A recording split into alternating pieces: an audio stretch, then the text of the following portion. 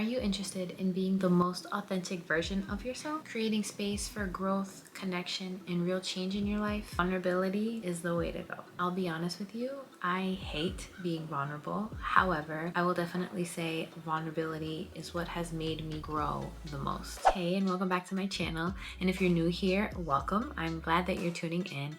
My name is Angelica, and around here we talk about how to create a life that feels good and not only looks good. In this video, I'm going to be talking about what vulnerability is and why it's so important, a personal story of when vulnerability led to personal growth for me, practical ways to start embracing vulnerability in your life today, and the benefits of vulnerability. Firstly, I want to talk about what vulnerability truly is. And simply put, it's about being honest with yourself and those around you. It's about showing up fully even when there is no guaranteed outcome. There's mainly uncertainty and a lot of risk, but no one said it wasn't good risks. A common misconception about vulnerability is that if I'm vulnerable, people will judge me or people will hurt me. The truth about being vulnerable is that it creates more opportunities for deeper connection and authentic relationships, not only with others, but with yourself. Another common misconception about vulnerability is that vulnerability equals weakness. And just because you're vulnerable, that does not make you weak. If anything, that makes you courageous and strong for being able to stand true in how you're feeling, who you are, even when it's out of the ordinary. Vulnerability means showing up authentically with no certainty of the outcome, being emotionally honest, especially with yourself, on what it is you feel, asking for help, and admitting that you do not have all the answers, because no one does, and that's okay. More often than not, a lot of people will avoid vulnerability due to not wanting to be judged, due to fear, rejection, or feeling weak. But if you've been on any form of a personal development journey such as you've definitely learned that growth is on the other side of discomfort. And so when you're getting a little bit of a discomfort, especially when being vulnerable, that is normal because it's uncomfortable to grow. And when you think about it, vulnerability truly just attracts deeper respect and trust for one another, because when you're being vulnerable,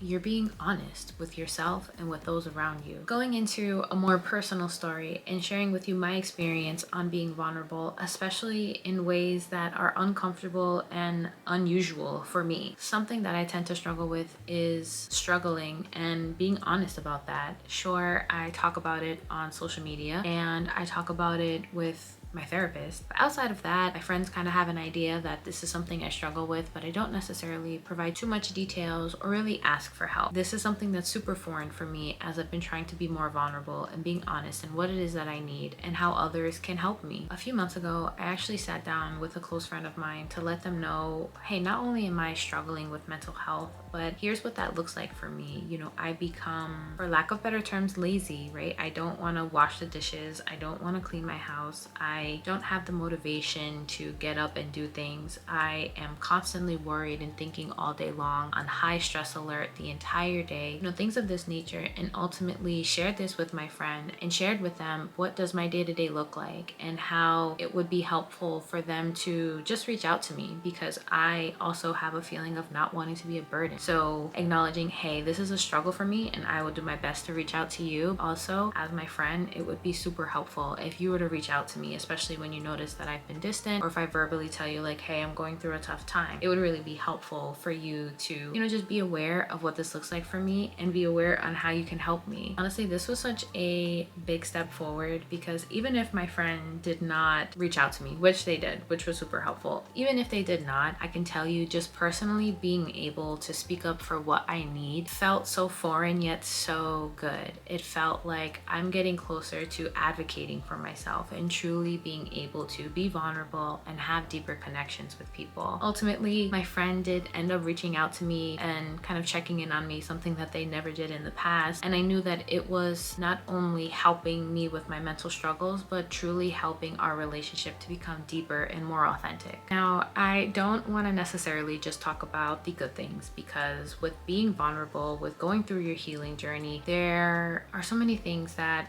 are going to happen that you may expect and that you definitely will not expect. And there's not just good things that come with being vulnerable. There are sometimes things that can be challenging to deal with. And so I want to give you an example of a personal story on the flip side of me being vulnerable. More recently, as I've been being more vulnerable, especially with close friends of mine, reached out to a friend and let them know how I was feeling about our relationship. And ultimately, letting them know that, this is not necessarily your truth, potentially, right? I am just sharing with you my experience in our relationship. It means a lot to me, and I would like for us to get closer, and I don't feel as though it's been reciprocal. And I've sent a long message regarding this to my friend and was met with unresponsiveness. As you can imagine, being vulnerable as is takes a lot of guts, and it cuts deep, right? When you are being vulnerable and you're met with something that is the less than ideal situation. I'm here to tell you that that is completely okay, and if anything, super expected. And I'm glad that I did it, because this created an opportunity for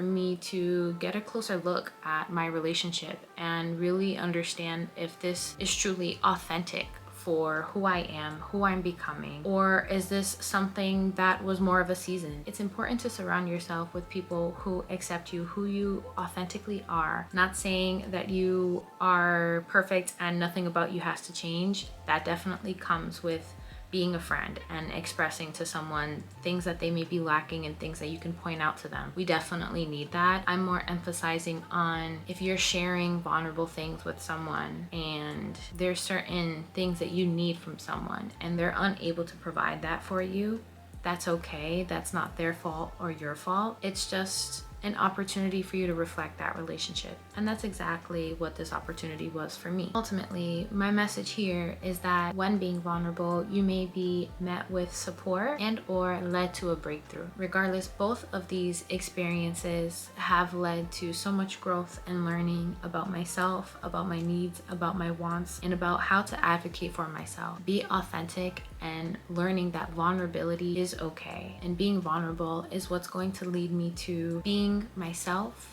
authentically and growing deeper connection. Now let's talk about practical ways that you can really implement vulnerability in your day-to-day life. If you've watched any of my videos, I emphasize start small on literally anything and everything that you do. It's much more important to create habits that will stick with you. Start in the smallest way you can think of. And something that was super helpful for me when getting started is just noticing something super simple. You do not need to write this down, although if you want to, that would be super helpful in your day-to-day conversations, interactions with yourself and others. Think on if you're holding yourself back. If someone asks you for something and you feel something, maybe you feel regret, that you feel like you're people pleasing, you feel like you're not getting the support that you need from someone, or you feel bothered by something that someone has said to you. You don't need to instantly start letting people know that. What helps more than anything is realizing and reflecting, I'm in this situation, I'm getting a feeling, and maybe you're unable to identify that feeling in that moment, which is totally okay. This is the process that we need to go through in order to eventually get to the other side of that. So identifying, and maybe you are able to identify the emotion. You recognize that I am feeling upset right now. Maybe you don't recognize exactly what it is that's upsetting you, but you've now noticed that there's an emotion tied to something that's happening in this moment or relative to this moment. These are things that you just want to take note of in your mind, and if you journal them, that would be even better so that you can create a track history. But as I mentioned, starting small is much more important, so whatever is going to work best for you. A question that you can ask yourself is, what would it look like if I was to be honest here? And honestly, my favorite thing to do is journal, because so many things come to mind when you're journaling than you would just normally be thinking. And at the very least, you can keep track of it and understand your thought process as time goes on when you are journaling. Not to mention that no one's going to see this journal, of course, unless you share it with them, but you can be as honest and brutal and offensive and frustrated as much as you want on paper. Let it out so that you can evaluate where is this coming from, so we can get closer to being vulnerable, to getting to the root cause of whatever it is that's showing up for you. After journaling, I definitely say the next step would just be being able to sit within your own emotions before sharing them with anyone else. Practice self-acceptance. If you're feeling sad with someone, practice accepting that, allowing yourself to feel sad. I feel as though very often, especially for me, if I'm feeling a particular emotion, say sadness, I will think to myself, I shouldn't be sad right now. Maybe they didn't mean it. Time is going on and I'm still sad. Like, you know, I put a lot of pressure on myself because, I don't know, I want to get over it, or, you know, whatever it may be. But what it truly is I'm not accepting myself. I'm not accepting that whatever it is that just has happened has made me sad. And so once you've reflected on whatever it is that's happening, the emotions, the feelings that's coming with that, accept that. Allow yourself to feel that emotion. Show compassion for yourself. And then once you're ready, share these thoughts and feelings with someone that you trust. You can start small and practice getting bigger and bigger with your vulnerability as time goes on. But at the very least, when you start with someone that you trust, you already have a little bit of those gates already down. So it will be a little bit of an easier transition for you when starting your vulnerability journey. And it's going to feel uncomfortable, and it's going to feel uncomfortable for a long time. Vulnerability is not something that just happens overnight, but more so like muscles. You truly have to practice more and more to get better at it and stronger at it. So if it's uncomfortable, that's okay. We really need to fight through that discomfort and continue to practice vulnerability. Ensure that you're using I feel statements instead of hiding behind logic or excuses. As I mentioned, that self-compassion, it's okay to feel, even if it does not make sense right now. And I don't want to make it seem like I am expecting trauma dumping, and that's not what I'm talking about here. I'm not saying share everything with everyone. We definitely need to make sure that we set boundaries. However, in order for us to truly identify what those boundaries are going to be, we need some trial and error. We need to try out the vulnerability. We need to see how that makes us feel. Who do we feel comfortable with? What are going to be the different healthy boundaries that we set? We're just not setting boundaries for avoidance purposes. We're setting healthy boundaries, but in order to get there and to determine that, we truly need to be vulnerable. We'll go through some trial and error, and ultimately as time goes on, we'll be able to better identify what's going to be best suited for you. After you've self-reflected, you're self-aware, you're practicing self-compassion, you're journaling, you're sharing it with someone else, another way that you can practice this is just by asking for help. Even if it's for something small, as simple as, hey, I need your thoughts on a project I'm working on. Would you mind if we met up for coffee so I can get your thoughts? It would be really helpful to me. Literally anything that comes to mind for you. It will be a great step towards that vulnerability and speaking your truth, your feelings, and asking for help when you need it. Now, we've saved the best for last, and I want to talk about the benefits of vulnerability. If you haven't picked up all of the benefits that I've been dropping throughout the video, this is where we're going to talk more specific on how this is going to benefit you, not just for now, but for the long run, for your family, for generations, how this will help. And of course, going to start with just greater self-awareness and clarity on who you are, how you feel, what your relationships with others truly are, and speaking on that truth. Knowing that your voice and feelings truly do matter, and they especially will matter to those who care about you. Stronger, more powerful connections with others and yourself. Just imagine a space where you are allowed to be yourself. You have feelings, you have emotions, you have thoughts that come to mind, and without hesitation, feel safe enough to express those to those around you, and know that I'm not weird for thinking this way. There's nothing wrong with me feeling this way. I am creating opportunity for our connection to grow deeper by presenting this to them. If you think that you're doing them a service by withholding that information, you're truly just keeping your relationship on the surface, and we're gonna have to go deeper than that in order to have those deeper connections. So bringing up struggles that you may have is only going to create more opportunities for connection. By being vulnerable, you feel more aligned, more alive, and connected with who you are. Without a doubt, it will definitely help with mental health and just reducing the stress of hiding your true self. With more practice, it creates authentic confidence where it's not something that you're faking anymore. You are in tune with your emotions and your inner tuition, and you're able to express that in a way that does not belittle you, and you show self-compassion and you show compassion for others. You're now allowed to truly be confident because you're rooted in the actual truth,